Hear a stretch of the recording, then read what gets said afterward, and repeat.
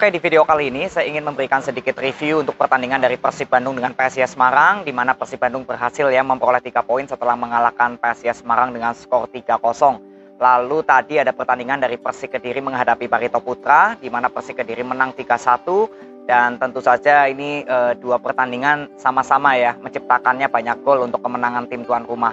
Kita mulai dulu dari Persib Bandung dengan PSIS Semarang. Di pertandingan kali ini sebetulnya untuk Persib Bandung yang saya ingin lihat adalah evaluasi di skema permainan. Ya, karena beberapa pertandingan terakhir saya bilang skema permainan Persib Bandung itu belum konsisten. Jadi saya ingin lihat ketika lawan PSIS Semarang, Hodak sudah melakukan evaluasi atau belum. Sedangkan untuk PSIS Semarang sebetulnya nggak terlalu banyak masalah ya. Sebelum pertandingan-pertandingan ini juga saya nggak terlalu banyak kritik. Tapi ya di masalah tempo doang ya, yang beberapa kali sering saya utarakan di setiap pertandingan PSIS Semarang, baik menang, imbang, atau kalah. Nah, di pertandingan kemarin sebetulnya sudah terlihat ya, kalau Persib Bandung ini sudah tampil langsung melakukan pressing ke permainan dari PSIS. Dan kita perlu ketahui salah satu kunci permainan PSIS Semarang sehingga saat ini berada di 4 besar itu karena selalu konsisten bermain dengan bola possession. Jadi di sini memang terlihat kalau Persib Bandung berusaha untuk mematikan pergerakan para pemain PSIS. Di sini juga sebetulnya Agius ada sedikit rotasi ya, terutama Dewangga yang masih di bangku cadangan. Jadi memang terlihat kalau PSIS Semarang dari awal menit sampai babak pertama usai itu hampir sulit untuk bisa mengembangkan permainannya. Ini karena ya pressing yang dilakukan oleh para pemain Persib. Ya, jadi Persib sudah unggul dulu dari golnya bunuh dirinya Lukau, lalu ada Beltrame, lalu di babak kedua ada gol dari DDS ya, itu melalui serangan balik. Jadi ketika masuk di babak kedua, sebetulnya saya sudah melihat ya kalau Agius melakukan evaluasi bagaimana caranya PSIS Semarang ini bisa menaikkan tempo lagi. Karena di babak pertama sudah terlihat kalau PSIS Semarang ini sudah seperti kalah dulu dengan permainan cepatnya Persib ya, terutama dari segi pressing. Sebenarnya di babak kedua sudah terlihat Haikal masuk, lalu Dewangga masuk. Tapi kalau dilihat dari segi kualitas pemain ya, saya bilang kualitas pemain penggantinya PSIS memang belum mampu untuk bisa melakukan atau menjalankan skema yang diinginkan oleh Agius. Jadi kalau kita lihat ya, PSIS Semarang hampir minim loh untuk menciptakan peluang. Ya, sedangkan untuk Persib Bandung lebih banyak menciptakan peluang. Jelas kalau skema permainan Persib masih di atas dari PSIS. Tapi saya juga ingin menyoroti alasan atau faktor lainnya, yaitu dari segi kualitas pemain. Kualitas pemain PSIS Semarang ketika di babak kedua itu sudah terlihat ya, dari segi pengganti, lalu dari line up juga sebetulnya sudah nggak banyak pilihan ya dari Agius untuk menaruh striker penggantinya Fortes siapa. Ya, jadi Gian Zola dengan Septian David yang seringkali melakukan sedikit rotasi juga nggak bisa mengembangkan permainan. Ya, Marukawa juga sering dilakukan pressing oleh Rezaldi, lalu Hen ya, lalu Freitas dengan Rezaldi. Ya, jadi inilah menurut saya alasan PSIS Semarang ya memang sulit untuk mengembangkan permainan bola possession karena Persib Bandung melakukan pressing. Ya, jadi selamat untuk Persib Bandung yang meraih 3 poin. Ini hasil yang cukup bagus. Semoga Persib Bandung bisa konsisten bermain seperti ini, dan kunci permainan Persib Bandung menurut saya di masalah pressing dulu. Ya, setelah itu tinggal melakukan serangan cepat, itu cukup efektif ya. Peluangnya cukup banyak sebetulnya dari Persib Bandung. Sedangkan untuk PSIS Semarang ya memang dari segi ya line up juga sudah terlihat nggak ada pilihan lagi. Lalu pemain pengganti juga sama. Jadi dari segi pemain dulu ya PSIS Semarang memang sulit untuk menjalankan skema yang diinginkan oleh Agius. Ya, jadi tetap semangat untuk PSIS Semarang.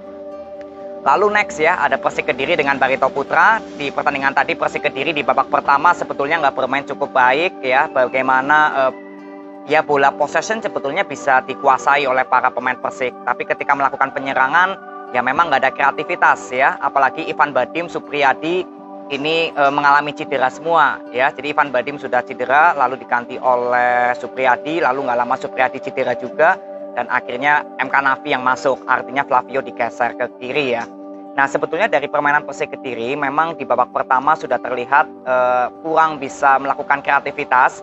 Tapi hal positifnya kalau sektor sayap Persik Kediri itu lebih baik atau lebih jalan daripada di pertandingan sebelumnya ya. Ketika lawan Persis Solo, lalu pada saat menang lawan saya lupa waktu itu menang lawan siapa gitu Persik Kediri. Nah itu kan Renan Silva tumpuk ya dengan Bayu Otto, jadi sektor sayapnya nggak terlalu berjalan. Nah, di pertandingan tadi lawan Barito Putra ya memang lebih enak lah, sisi sayap lebih hidup. Tapi memang dari kreativitas di penyerangan ya memang penampilan Bayu Otto dengan Zevalente terlihat masih belum banyak melakukan passing-passing pendek ya atau tiki taka lah.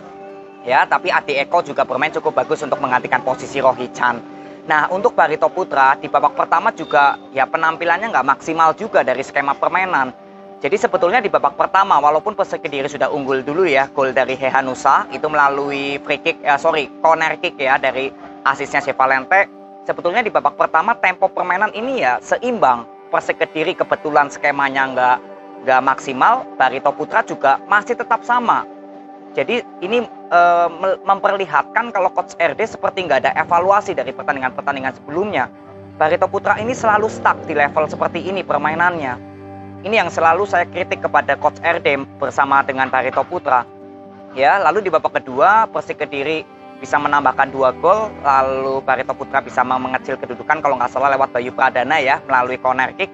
Sebetulnya di babak kedua permainan Persik ya masih lebih baik lah daripada di babak pertama.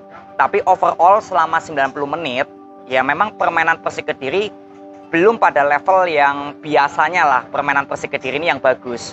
Ya, walaupun memang Persik Kediri bisa menang 3-1, tapi kita juga harus lihat ya musuhnya ya Barito Putra.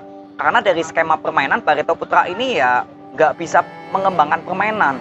Berapa kali melakukan bola possession, ketika masuk ke pertahanan Persik, bolanya juga seringkali hilang.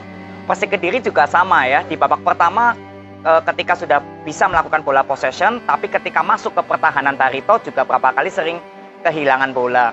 Ya, di babak kedua sebetulnya Barito Putra kan lebih fokus ke penyerangan ya di menit 60 ketika sudah kedudukan 1-0 kalau nggak salah itu David masuk lalu Hasim Kipui diganti. Memang permainan Barito ingin lebih menyerang, tapi ya seperti ini terus perkembangan dari Barito Putra. Coach RD hanya melakukan pergantian formasi atau pergantian line up pemain, tapi nggak pernah ada evaluasi di skema permainan. Ini yang selalu saya kritik untuk Barito Putra, padahal secara kualitas pemain sebetulnya Persik Kediri dengan Barito ini sama-sama kuat. Inilah alasan saya kenapa saya selalu mengkritik Coach RD, karena skema permainannya ini belum pernah bisa konsisten. Ya, ini semoga ya manajemen Barito Putra bisa memberikan evaluasi ya kepada pelatih juga, karena sebetulnya Barito Putra performnya yang ada inkonsisten untuk saat ini, yaitu kalau menurut saya kuncinya di Coach RD yang belum memberikan evaluasi di skema permainannya Barito. Kalau Persik Kediri, saya sudah mengikuti ya. Saya sering mengkritik Rospide, sering mengkritik ya masalah Renan Silva kalau sering dijadikan line up oleh Bayu Otto. Ya minimal Rospide adalah evaluasi di ya masalah line up atau masalah formasi ya. Berapa kali saya sering bahas. Nah ini kan artinya ada evaluasi dari seorang pelatih. Nah kalau di Coach RD ini belum ada. Ya, jadi semoga dengan pertandingan ini untuk Persik Kediri walaupun menang 3-1, gol yang diciptakan oleh Kanavi ya, ini Pipo Inzaghi is back. Ya, semoga skema permainan Persik Kediri bisa terus naik levelnya. Ya, ini syarat mutlak untuk Persik Kediri bisa masuk di 4 besar. Ya, skema permainan semoga bisa lebih baik lagi daripada tadi lawan Barito. Ya, tentu kemenangan ini juga sangat penting. Tapi dari skema permainan kita juga lihat musuhnya ya, karena Barito Putra secara skema juga belum terbentuk gitu loh ya. Jadi untuk Persik Kediri semoga ada evaluasi di skema permainan ya. Jadi selamat untuk Persik Kediri yang meraih 3 poin. Lalu untuk Barito Putra, kuncinya saya tetap ingin mengkawal Barito dari segi pelatih Coach RD. Selama ini saya belum melihat ada evaluasi dari skema permainan Barito ya. Hanya pergantian pemain, hanya pergantian formasi setiap Barito Putra tertinggal. Nggak pernah Barito Putra berusaha untuk bermain menekan dari awal dengan konsisten. Kemarin lawan Persib Bandung sebagai tuan rumah juga sama ya, seimbang gitu loh skema dengan Persib. Ini kan sangat disayangkan kalau Barito Putra bermain seperti ini terus ya. Jadi Coach RD tetap kita kawal, semoga Barito Putra bisa menunjukkan hasil yang positif, karena ini kan juga berpeluang masuk di 4 besar nih Barito Putra ya. Jadi tetap semangat untuk Barito Putra. Jadi ini aja video yang saya bisa berikan kepada kalian. Terima kasih, sampai ketemu di video berikutnya. See you.